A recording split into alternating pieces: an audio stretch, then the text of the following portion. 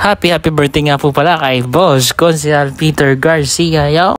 Shoutout din kay Ate Nine na nandito din na talaga mga busy sa pag-entertain ng mga bisita. Ayan, hindi na rin si Ma'am Divine na hindi pala nakarecord ang aming video kanina. Ito po ay pagkakasayang. Nakita nyo naman ho, nakuha na ng pagkain din ni si Beta. Ayan, nagsandok na ng ulam. Meron na rin kanin. Inapahiya pa sa video.